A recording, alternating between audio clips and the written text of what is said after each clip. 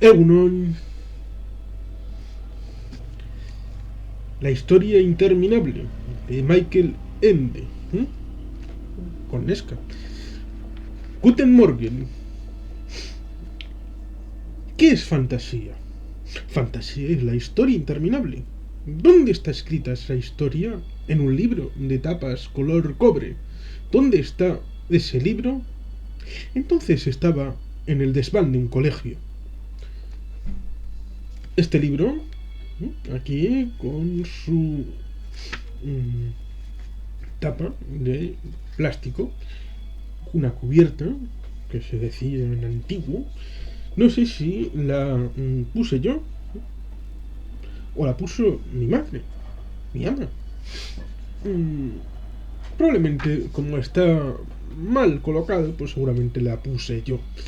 En tiempos del colegio de Nuestra Señora Europa, cuando yo era un colegial que iba allí a instruirme y culturizarme. Este es un libro que fue escrito por Michael Ende. ¿Quién es Michael Ende? Pues es un muchacho alemán nacido en 1929 y que fue conocido a la fama por una novela de 1973 llamada Momo, que parece ser que fue llevada al cine, que creo que no la he visto, pero es más conocido por una novela que se llama La historia interminable de 1979 y que también fue llevada al cine con mucho más éxito en el año 1984 por la mano de Wolfgang Petersen, siendo un clásico de los años 80.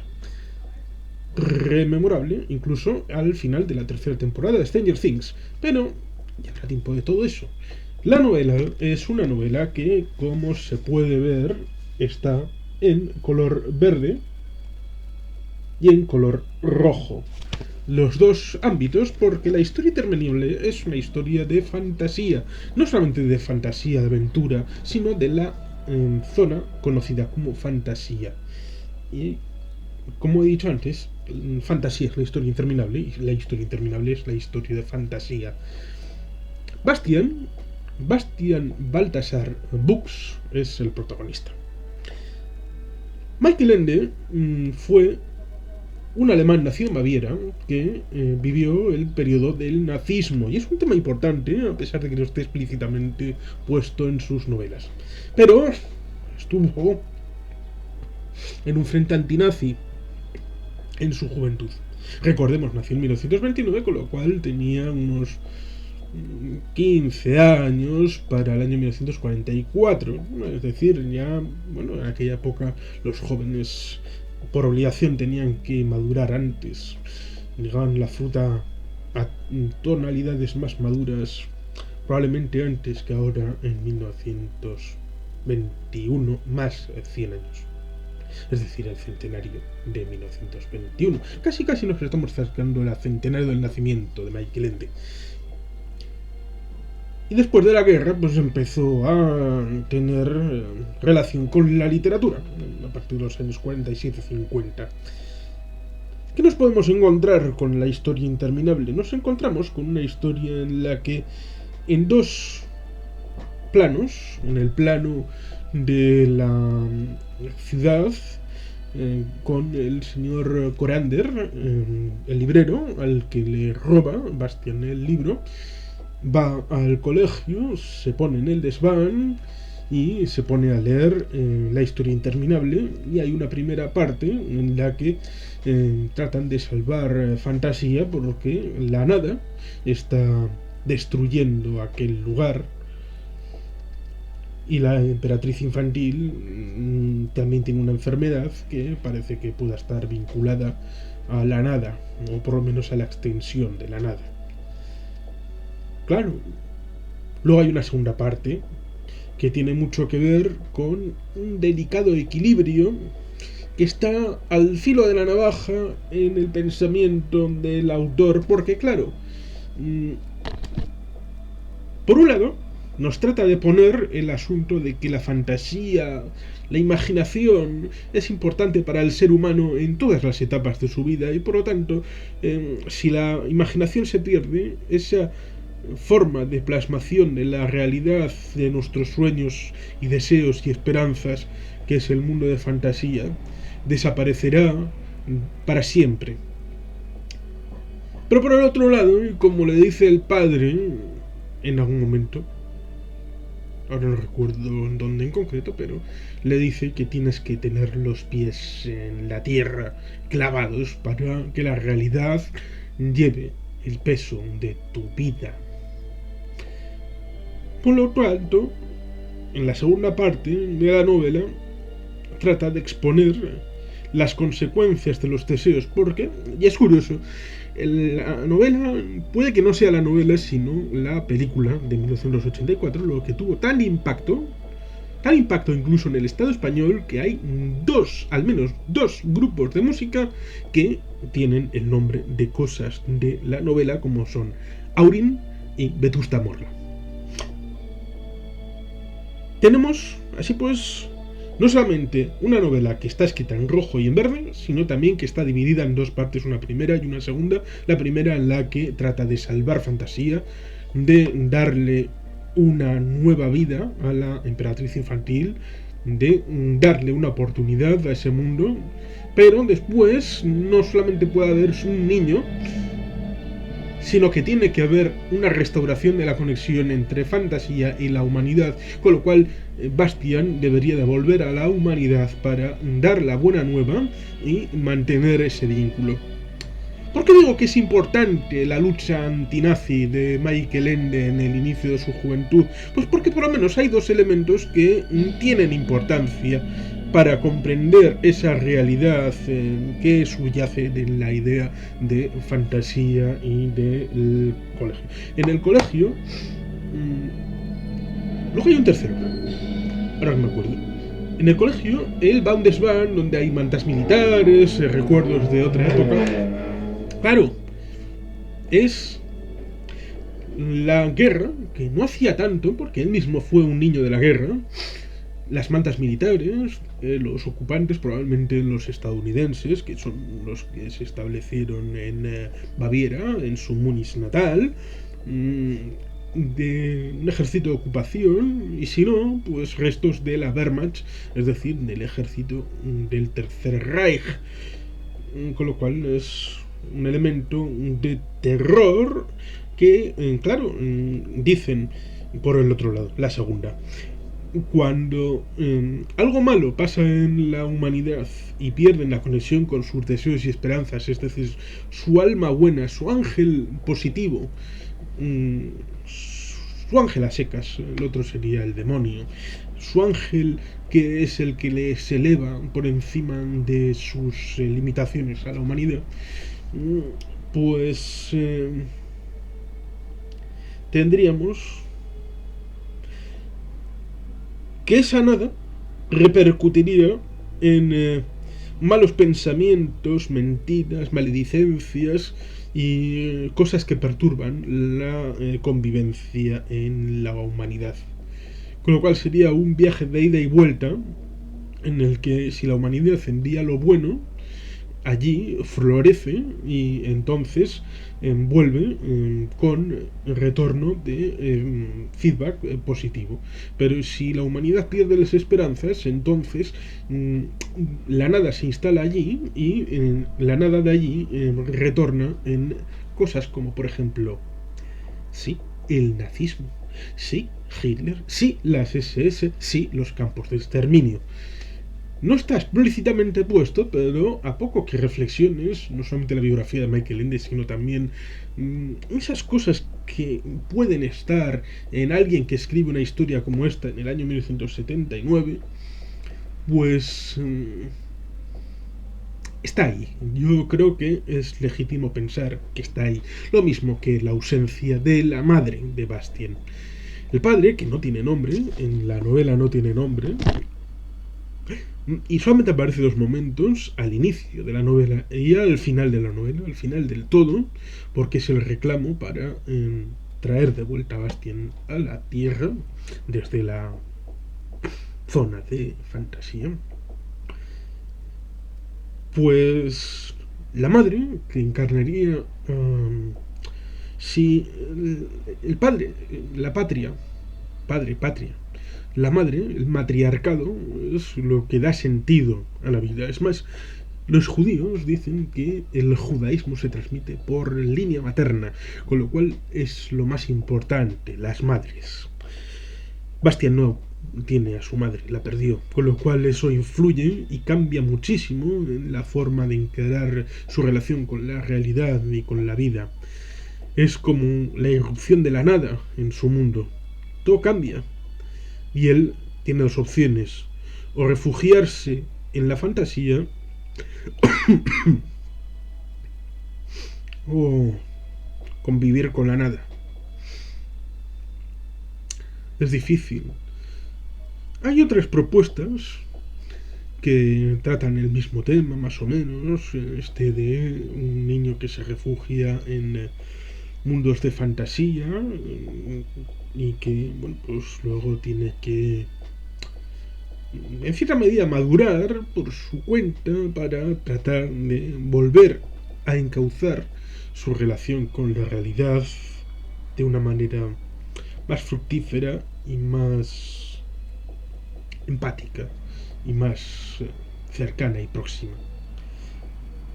Pero bueno, la novela, como digo, la primera parte, hasta que llega un momento en el que, en un primer momento, como todo el mundo sabe, pues Atreyu con Fuyur tienen que ir a través de la indicación de la emperatriz infantil al oráculo del norte o del sur.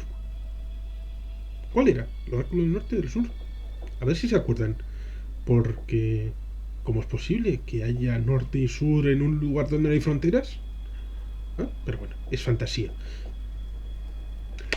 La fantasía lo cubre todo. Y después tienen que ir al encuentro del... ¿de cómo era? Del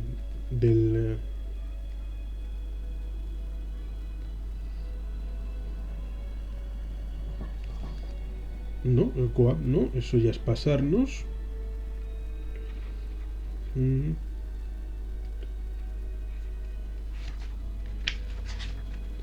El viejo de la montaña errante, es que no me acordaba. El viejo de la montaña errante, que es el equivalente de la contraparte de la emperatriz infantil. Y ese es el momento en el que es el momento de cambio. Es el momento en el que la emperatriz infantil dice que sabe que está Bastian por ahí. Pero Bastian todavía no se ha dado cuenta del poder que tiene. Porque a todo esto hay una cosa bien sencilla. Porque cuando nos hace la descripción del libro que ha cogido del señor Coreander de la tienda, tiene el Aurin en la portada. Es decir, técnicamente Bastian tiene el Aurin desde el primer momento, que es un tema interesante de tener en cuenta. Con lo cual, cuando va teniendo esa serie de pensamientos, parece que es lo que vincula una realidad con la otra. Bueno, pues el asunto está en el que le dice que tiene la posibilidad de hacerlo y la emperatriz infantil le dice al señor de la montaña que haga todo lo que tenga que hacer para tratar de solucionar el asunto. Pero el asunto es que si hace eso le meterá a todo el universo en un bucle del que solamente podrá salir si el propio Bastian lo reconoce dándole el nuevo nombre. Y ese es el punto de cambio en el que la narración pasa de estar en color verde y en color rojo a entrar directamente Bastian en la zona de fantasía y tener una serie de vivencias en fantasía que en la segunda parte es un poco más árida porque tiene una serie de vivencias en la que tiene que ver las consecuencias de sus actos y cómo cada actuación tiene una consecuencia posteriormente, tiene unas reacciones, con lo cual, claro, una cosa es vivir de momentos, de videoclips, y otra en la realidad antes, durante y después de los actos. Parece ser que esta novela fue un gran éxito editorial, sobre todo en el año 79-80 y posteriormente. Tanto es así que dijo alguien en Alemania: hagamos la película. Solo que, como suele pasar muchas veces, la gente debería de entender que si quieren hacer la película no puede ser como decían los clásicos. Por ejemplo, Alfred Hitchcock, que decía que prefiero coger una novela de mierda, una porquería de estas que venden en las tiendas de aeropuerto, porque así, sea lo que sea que haga, siempre mi película va a ser mejor que el libro. Sobre todo cuando cojo 4 trazos del libro y después hago mi película como me dé la gana. Claro, el asunto debería de ser, claro, ¿cómo piensa la gente? Si cojo una novela como esta y la trato de adaptar en el año 1982-84, va a ser difícil, la técnica, lo otro, más allá. Vale, todo lo que me digas. Es decir, me estás diciendo que no eres capaz de llevar esta novela al cine. Entonces, ¿por qué te empeñas en hacer la película? Hazla un poquito más tarde. Y espérate a que la técnica avance. Lo mismo que, por ejemplo, hizo James Cameron cuando hizo la película Terminator 2, que se esperó 8 años desde el año 84 hasta el año 92 para sacarla adelante. Pero bueno, si eres impaciente, es una novela de 2 planos, uno en la vida real y otro en fantasía. Con lo tanto, debería de ser relativamente fácil. Pero pasa que el guión siempre es el guión. Y aparte muchos elementos, a pesar de que, y esto es importante decirlo porque me estoy metiendo en unos jardines muy majos, la película es emocionalmente, de todos los que fuimos jóvenes en entorno de finales de los años 80, aunque yo tenía 7 años en el año 1989, por poner un ejemplo, cuando cayó el muro de Berlín. ¿Cómo se refiere, por ejemplo, en Stranger Things al final de la 3ª temporada, en el que hay 2 personajes que a través de una radio se están cantando el tema de Neverending Story? Pues es un tema de la cultura popular de los años 80, no solamente la película, sino también y fundamentalmente la canción que viene acompañada a la película. Casi más la canción y el clip que la propia película, pero claro, es muy importante Fuyur, Atreyu, Bastian y la mitología del libro como para dejarlo de lado, como puede pasar con un tipo genial, a Local Hero, y la temática de la música de Mark Knopfler, que está completamente desvinculada la canción principal de Local Hero, que la gente no sabe que depende de la película, que es la canción del final de la película. Tenemos un niño Atreyu que no es un verde oliva, y tenemos un caballo de Atreyu que no habla, y tenemos muchos otros cambios relativos a un montón de circunstancias en las que los señores que hacen la película de 1984 se cogen la primera parte y se fuman la segunda, aunque llega un momento al final de la película, pasada la hora 18 minutos, porque es una película de 1 hora 30 minutos, en las que ya hacen una declaración de intenciones de: nosotros aquí empezamos a despegamos y tiramos para arriba para hacer un final apoteósico de venganza de algo que en la novela está comentado de pasada, pero es que en la novela se entra directamente a la tienda del señor Coriander, y en la película se hace una introducción con el padre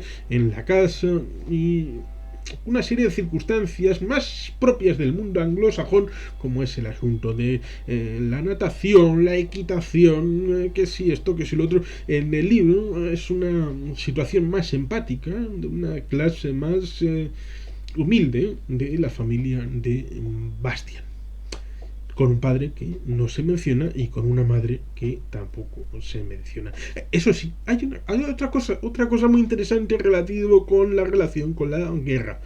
El padre El padre en la novela es un protésico.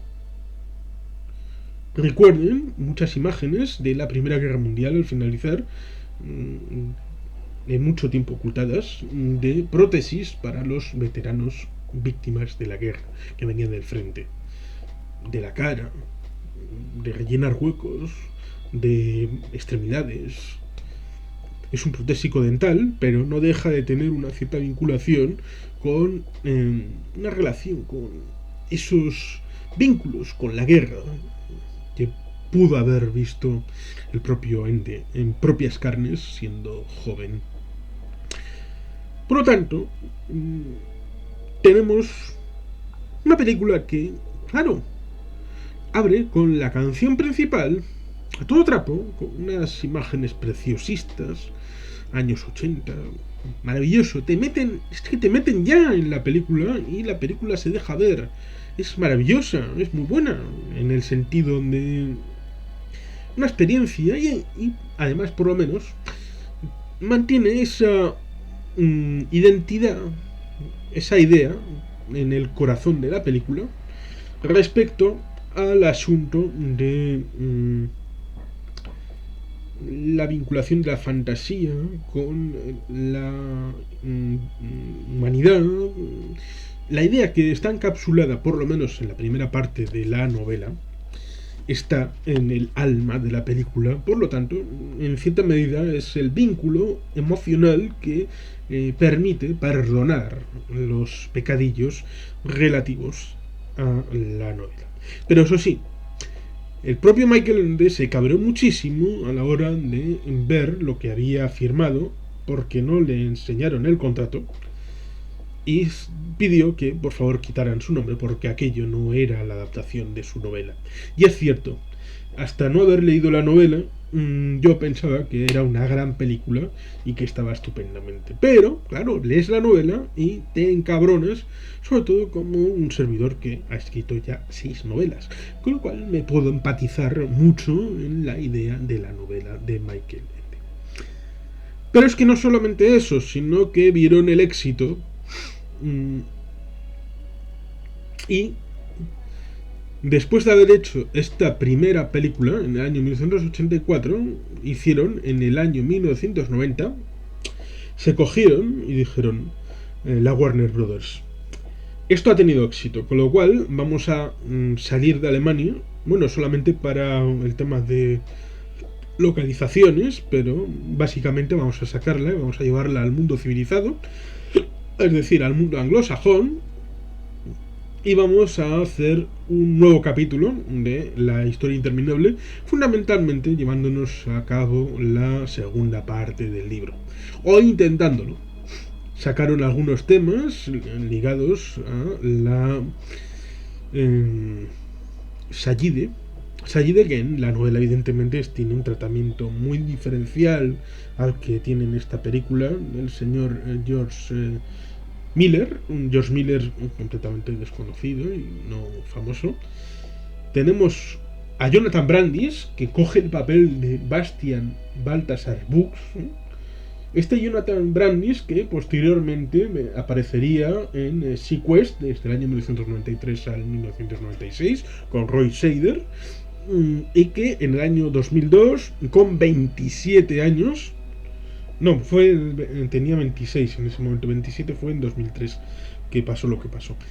En 2002 aparecía en La Guerra de Hart, una película con Bruce Willis, pero del momento de la grabación al momento de la edición le recortaron significativamente el papel, con lo cual algo que en teoría iba a relanzar su carrera fue un jalón más en una depresión que ya llevaba, y el año siguiente acabó ahorcado en su casa, suicidándose a la tierna edad de 27 años. Descanse en paz, Jonathan Brandis. Aparece el padre, evidentemente en esta película, interpretado por un Weasley, nada que ver con Ron Weasley, pero sigue siendo un Weasley al fin y al cabo. Aparece la madre de Bastian, siquiera como fantasma, como recuerdo. Y por supuesto, evidentemente, como ya he dicho, Jonathan Brandis, que es un recast del papel de Bastian, un recast del papel de padre, un recast de la... bueno, no hay un recast aparentemente del actor del señor Coriander. Es por tanto una propuesta que en teoría desarrollaba la segunda parte. Si bien es cierto que hay que decir que la primera película, la del año 84, se llevaba la parte buena, la parte más disfrutable y más vendible, la más comercial de la novela, la parte positiva. Y la segunda parte, esta, nos viene con la parte... Sí, ¿por qué no decirlo? La parte madrastra en la que te hace la regañina, tienes que ir por aquí, por allá, hacer esto, hacer lo otro, porque si no haces esto te vas a caer por el acantilado. Es decir, la parte en la que dan la moralina. Michael Ende aprovecha, ya te ha metido por aquí, en la segunda parte de la novela, te mete ahí la moralina para que estés ya más concienciado con todos los temas mundanos y de la vida y quieras volver a tu realidad, porque la fantasía y la evasión no es sino un espacio temporal que, según el autor, pues sería para eso. Con lo cual es difícil hacer algo épico con esta segunda parte de la novela, y por eso puede interpretarse que la película no tuviera el éxito, dejando de lado el asunto de la artesanía, de que sea un producto más anglosajón y más vinculado a Hollywood que la parte de la primera película europea y todos estos estereotipos que se pueden poner encima de la mesa y que, bueno, cada cual lo juzgará. Pero es que, no contentos con eso, con algunas pinceladas de la novela que no habían utilizado, como es la visita al señor que cité, que era el punto de cambio entre la primera parte y la segunda, la némesis de la... Némesis no es exactamente la palabra, la contraparte, el complemento, el yin y el yang de la emperatriz infantil, pues aparecen en la tercera película del año 1994, dirigida por Peter MacDonald. Otro actor para el papel de Baltasar Bucks, Bastian Baltasar Bucks, Jason James Reacher, aparece Jack Black como el líder de los malotes, Freddie Jones como el señor Coriander, Freddie Jones que aparecía por ejemplo en Dune en 1984, el mismo año que apareció la película original de La historia interminable. Y por supuesto hacen un recast de la emperatriz infantil, hacen un recast del señor padre, del señor Bucks, aquí llamado, curiosamente, no papi de Baltasar Bucks, sino Barney Bucks, interpretado por Kevin McNulty, que le conocemos como el Dr. Wagner en la serie Stargate. Incluso también aparece como doctor en la serie del hombre en el castillo y otra serie de series y alguna peliculita que, bueno, es más bien olvidable. Aquí es curioso porque nos meten la idea de que el señor Bastian necesita tener una hermanita. Va a la escuela, a escuelita institutil, al instituto, y tiene la idea de tener una hermana, y casi como parece en alguna que otra película, esta de que por ejemplo, ¿qué película? Juego Secreto de 1984, en la que está el padre con un hijo soltero y la madre con una hija también soltera. Y merge, como dicen en inglés, el verbo este, funden en una sola familia con papi y mami y dos hermanitos. ¿Qué puede pasar mal? Pues lo que pasa en todas las películas americanas del ramo, las peleas, esto, el instituto, los clásicos clichés. ¿Es una película disfrutable? Se deja ver. Se deja ver. Las he visto las tres del tirón. ¿Se deja ver? Sí, bueno. Pero, claro. Si la primera está la forma del alma, en alguna manera, de la novela. Pero no es la novela. De ninguna de las maneras es la novela. Y lo dijo Michael Ende, que es el propio autor. La segunda trata de estirar el chicle. Y ya empieza a perder la esencia siquiera de lo que podía tener la primera. Evidentemente desapegada completamente del libro, a pesar de que coja elementos como la ciudad de plata y otros elementos.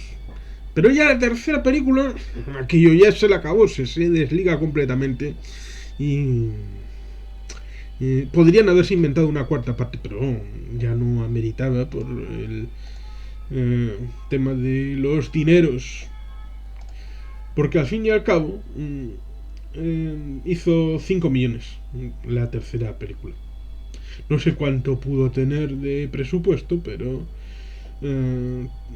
tuvo muy poco beneficio, si es que no perdió dinero. Con lo cual ahí tenemos el final, por lo menos, de las películas de la historia interminable. La segunda y la tercera parte son más bien olvidables, quedarse sobre todo con la primera película, si es que hay que quedarse con algún material cinematográfico, y ante todo y sobre todo, la parte importante, que es la que quiere transmitir la novela. La novela quiere transmitir la idea de la relación de los lectores con las historias para generar nuevas inventivas y que haya una relación positiva con la fantasía para tratar de evitar caer en las tentaciones de la nada, no caer en las tentaciones de las desviaciones tanto por un lado como por el otro, porque los absolutos y los totalitarismos son la causa a combatir, creo yo, por el autor Michael Ende. El autor nos quiere transmitir esa idea de la imaginación, la espontaneidad, la forma de empatía, la forma de tener positividad y de tener una relación honesta con la realidad a través de nuestros sueños y esperanzas. Por lo tanto, yo creo que esta propuesta de historia interminable, porque al fin y al cabo, ¿qué es la historia interminable? La historia interminable, como el propio señor Bastian, que al final trata de irse, pero ha ido dejando muchas historias con cabos sueltos que el pobre Atreyu se ofrece a ir tratando de cubrir. La historia interminable es la vida, es la propia vida. Esa es la historia interminable y la que tenemos que vivir con la mejor de nuestras sonrisas y la mejor de nuestras actitudes. Es curioso porque este libro, obviamente, no es de la primera edición de 1979, que tiene una curiosidad, como es el hecho de la esperanza de que el Parlamento Europeo fue votado por el pueblo europeo en 1979 con la primera presidenta, y digo presidenta mujer porque la primera presidenta electa del Parlamento Europeo fue mujer, Simone Veil, la francesa Simone Veil. Pero eso fue la versión alemana. Es curioso porque la primera edición en España de Ediciones Alfaguara fue publicada en 1982, el año de mi nacimiento. Luego, en Altea Taurus Alfaguara, es decir, la saga de esta,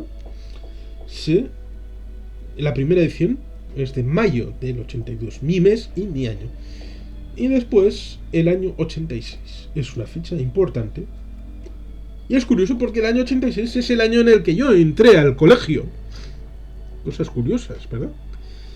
Y la 28ª reimpresión es de marzo de 1990. que es de esta la versión que tengo del colegio. Es curioso porque no recuerdo haber leído en el colegio este libro, pero el libro lo traje del colegio, no se quedó allí, lo guardé, incluso con remodelaciones de este ahora set de grabación, el Estudio 1, como diría Rius, pues lo he leído recientemente. Aquí añade: pero para saber realmente lo que es fantasía hay que leer este libro. La pareja protagonista Atreyu, el valiente guerrero, y Bastian, un niño apocado que llegará a ser emperador, y la fantástica galería de personajes secundarios pasarán a figurar por derecho propio, como ya figura Momo entre las grandes creaciones de la literatura infantil o de la literatura sin adjetivos de todos los tiempos. Con la imaginación derrochada en este libro se hubieran podido escribir 5 más, pero su originalidad estriba en que no se trata solo de literatura de evasión, sino de una fantasía poética con los pies bien clavados en la realidad. Esto lo dice Bastian Baltasar Bux en la primera película respecto a su padre. Su lectura puede hacerse al menos en 2 niveles. El lector culto disfruta además de un aluvión de alusiones literarias que van desde la Odisea a la Cábala, desde la mitología nórdica a la hindú. Por eso, no es de extrañar que lo que fue considerado en un principio como un libro para niños se haya considerado rápidamente en un bestseller increíble. Pero esta es otra historia y debe ser contada en otra ocasión. Es otra de las cosas que cambian en la película, porque en la novela es un niño gordo, con defectos, asocial, que luego tiene una transformación en el mundo de fantasía mientras va perdiendo la vinculación con el mundo de la realidad. Pero en la película tratan de coger un niño agradable, un Harry Potter de la vida. Pero bueno, así gastaron la película, que como digo, es un ícono de la generación de los 80 y por lo tanto es querida. La película, Fuyur, Atreyu y Bastian, como no, y también la canción y el videoclip de esa canción icónica de los años 80. Es una historia interminable que todo el mundo debería leer, a poder ser en la época infantil juvenil. No hagan como yo, no esperen a tener 39 años para leerse el libro con 9 o tal vez con 19. Puede estar fantástico, fetén, maravillosamente el leer esta propuesta de Michael Ende, que lamentablemente en el año 1988 vio morir a su esposa, creo recordar, o puede que muriera en el año 85 y luego se volvió a casar con una japonesa en el año 88, pero el propio Michael Ende tuvo en el año 1992 la triste noticia de que tenía un cáncer y en fin, 3 años después, en 1995, falleció. Las malas lenguas podrían decir que falleció a causa de haber visto la película La historia interminable 3, pero no seamos tan malvados. Michael Ende tuvo la tristeza de ver morir a una esposa y ver cómo se dejaba ir él.